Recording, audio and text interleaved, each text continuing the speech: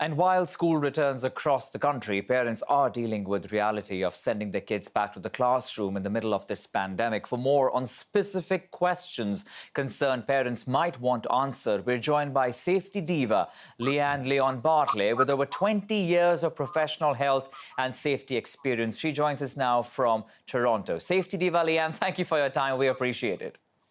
Good afternoon, Akshay. Good afternoon. So, Lee-Anne, you've broken your list of important questions into 4 categories. Let's talk about the first one, which is ventilation. This is the most important, keeping COVID-19 in mind.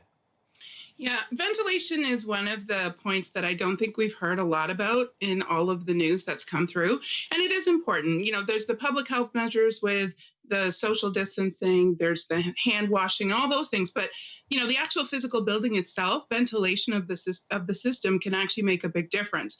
You know, there's some great resources from BOMA Canada's Guide to Pandemic Planning, and it talks about how you want to make sure that your schedules for your HVAC system and your preventative maintenance is being done and being done accordingly.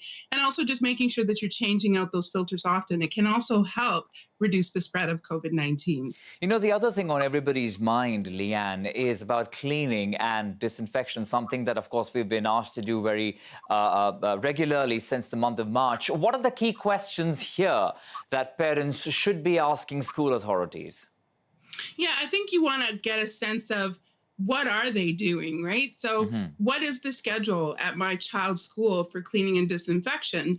You know, generally it should be done at least twice a day. We've got those key high touch points, you know, door handles and rails, and the things that people are going to touch the most is where you're going to likely have the spread of COVID-19. So are they being disinfected? Cleaning is one thing, but disinfection is another. So are they being disinfected often enough? And is the disinfectant that they're using on the approved list from the Government of Canada?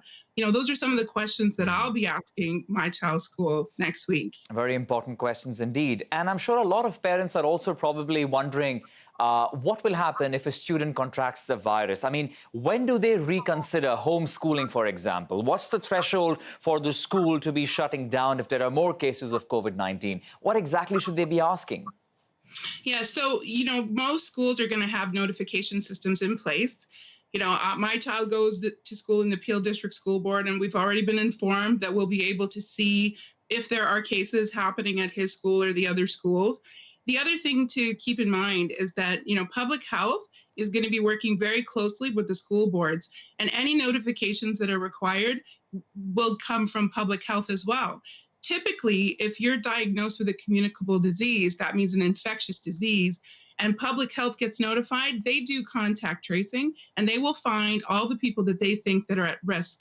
So, you know, you should expect to hear from either the school board or from public health if your child is at risk. And if your child is diagnosed, then of course you're going to follow the guidance from public health and your healthcare providers and follow it to a T.